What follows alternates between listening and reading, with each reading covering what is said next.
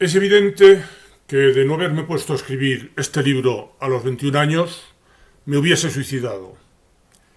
Esto es lo que afirma Émile Michel Cioran al principio de su libro En las cimas de la desesperación, y revela también que fue precisamente el hecho de abrirse al mundo, de confesar, dice él, escribiendo este libro en cuestión, lo que evitó que llegara a suicidarse. Lo explica de esta forma a continuación de lo antes dicho. ¿Por qué no podemos permanecer encerrados en nosotros mismos? ¿Por qué buscamos la expresión y la forma intentando vaciarnos de todo contenido, aspirando a organizar un proceso caótico y rebelde? Siempre es peligroso refrenar una energía explosiva, pues puede llegar el momento en que deje de poseerse la fuerza necesaria para dominarla. Existen estados y obsesiones con los que no se puede vivir. La salvación no podría consistir en confesarlos.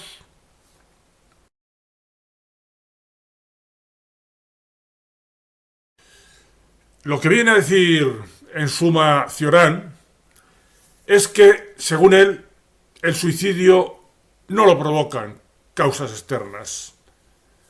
Todo lo más, estas pretendidas causas externas activan el interruptor de los resortes internos que son los que realmente lo motivan. Cioran, que como podemos deducir, sabía de todo esto por experiencia propia, así lo afirmaba explícitamente. Decía: los seres humanos no se suicidan nunca por razones exteriores, sino a causa de un desequilibrio interno, orgánico. Vendría esto a significar que nuestro interior, abandonado a sí mismo, sin comunicación ni salida hacia el exterior, discurre hacia la angustia y la melancolía. Y en el extremo, entre otras cosas, hacia el suicidio. Mi melancolía es la más fiel amante que he conocido, decía Søren Kierkegaard, otro espíritu atormentado y experto en estos temas. Y el insigne psiquiatra que fue Juan José López Ibor decía por su parte: la vitalidad grita su dolor en formas diversas y la más característica, exuberante y frecuente es la angustia, que parece surgir de aquella parte que San Agustín llamaba las entrañas del alma.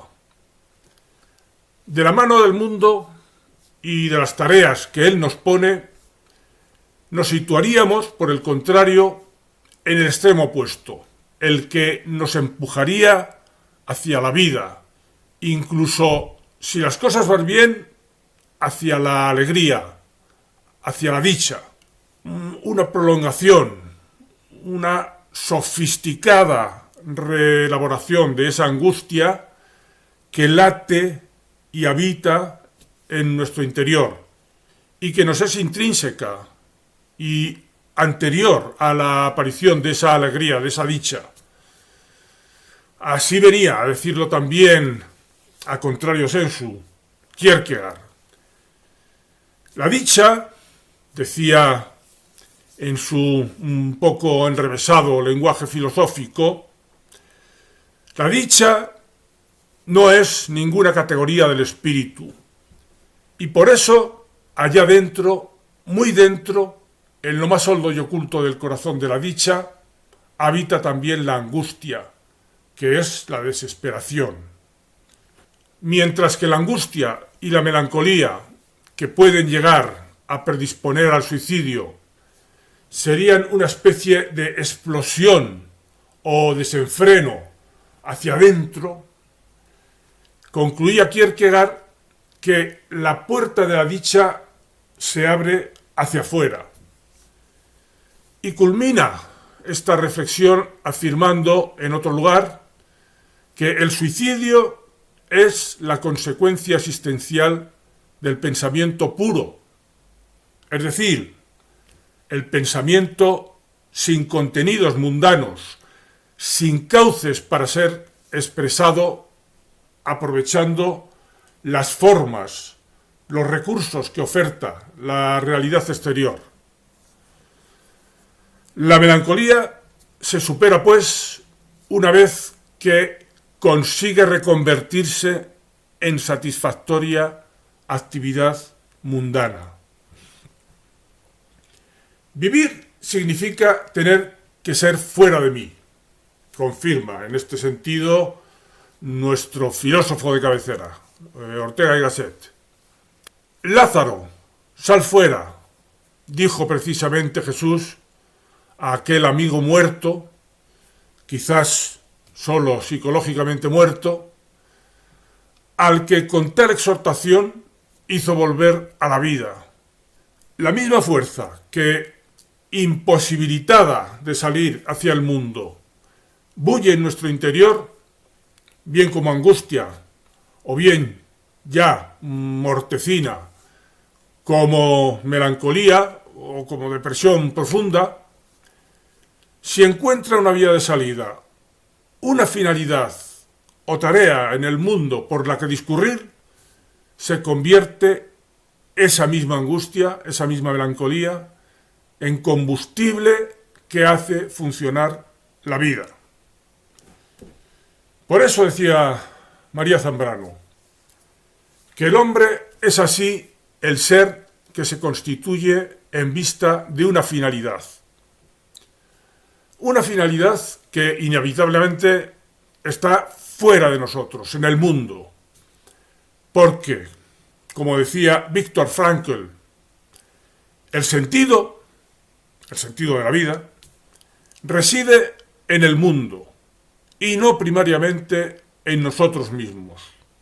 Y podremos discurrir en el mundo si tenemos un para qué o un por qué. Sin él quedaremos enclaustrados en nuestro interior. Nietzsche decía, cuando uno tiene su propio porqué de la vida, se aviene a casi todo cómo. Se puede superar, pues, la melancolía en la medida en que uno consiga salir de sí mismo hacia el mundo, en la medida en que aparezcan motivos que obliguen a salir del encierro interior. Todo esto, que nos confirma también Viktor Frankl cuando dice: el hombre está siempre orientado y ordenado a algo que no es el mismo, ya sea un sentido que ha de cumplir, ya sea otro ser humano con el que se encuentra. En una u otra forma, el hecho de ser hombre apunta siempre más allá de uno mismo. Y esta trascendencia constituye la esencia de la existencia humana. Y para que quede bien apuntalada la idea, el mismo Frankl la reitera de esta otra forma. El sentido de la vida, claro, reside en el mundo y no primariamente en nosotros mismos. Solo en la medida en que el hombre cumple el sentido y realiza valores, se cumple y se realiza a sí mismo. La autorrealización se produce entonces como un efecto, no como una finalidad. Solo la existencia humana que se trasciende hacia el mundo donde se encuentra puede autorrealizarse.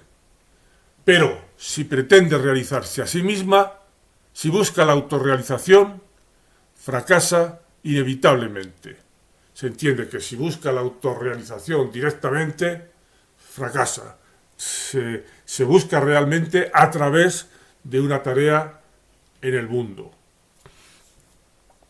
La pega que inmediatamente suele aparecer es a propósito del modo en que se puede hacer que salgamos al mundo cuando no están a la vista esos motivos por los que hacerlo. A Viktor Frankl esto le viene a parecer algo así como una excusa, porque dice: no existe ninguna situación en la que la vida deje ya de ofrecernos una posibilidad de sentido.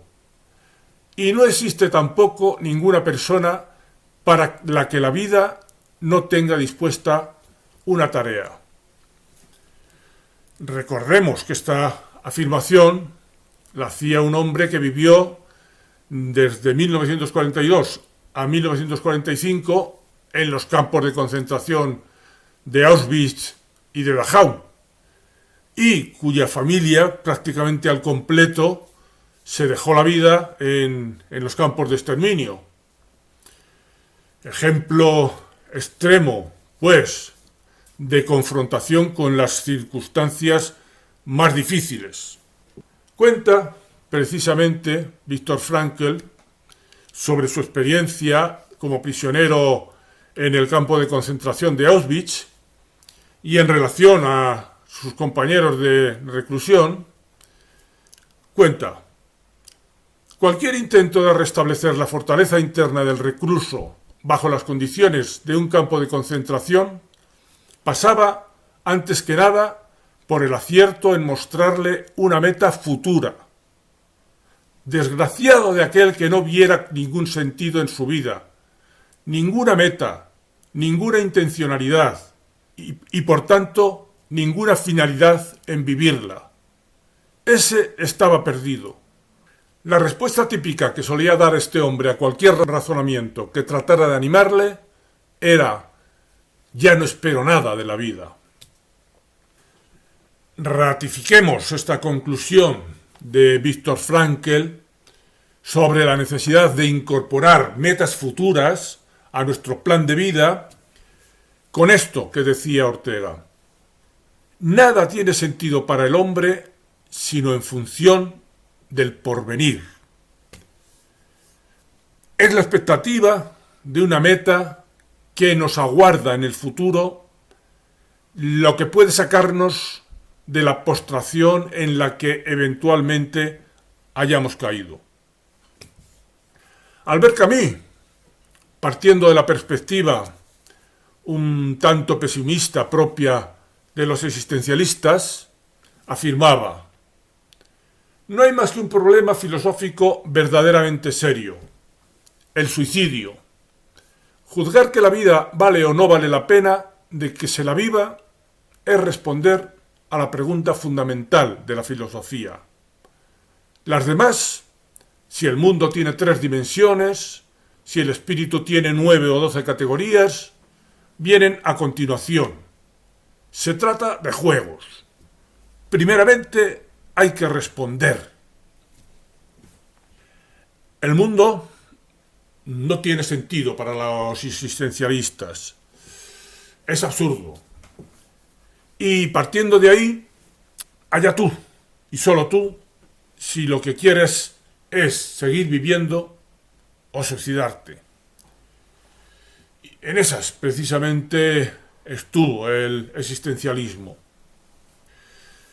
La propuesta de Ortega, incluso compartiendo algunas de las premisas defendidas por los existencialistas, conduce por vías que permiten, sin embargo, finalmente, el optimismo. Así razona Ortega: la vida es pena, continuo penar. Pero es evidente que si la vida fuese solo eso, al llegar a ella la abandonaríamos. Si sigue el hombre en la vida, es que acepta ese defecto, desventura, infelicidad y absoluto riesgo que es. Y si lo acepta, entonces convierte el defecto y la desventura en tarea entusiasta, es decir, en aventura y empresa. de tal suerte que en mi doctrina de la vida, sigue diciendo Ortega, transparece la unión indisoluble, nada contradictoria, sino al revés, la mutua necesidad de venir a síntesis las dos grandes verdades sobre la vida humana, la cristiana, para quien vivir es estar en un valle de lágrimas, y la pagana, que convierte ese valle de lágrimas en un estadio para el ejercicio deportivo. Y rebelándose contra los argumentos del existencialismo y más en concreto contra los de su, por otro lado, admirado Martin Heidegger, concluye Ortega. La vida como angustia, señor Heidegger, muy bien, pero además la vida como empresa. En suma, es posible salir de la angustia y la melancolía que pueden llegar a abocar al suicidio siempre que consigamos convertir la vida en una tarea, en una empresa que empuje nuestras energías hacia el mundo y hacia el porvenir. Hasta aquí este vídeo sobre tan delicado tema. Hasta otro vídeo, amigos.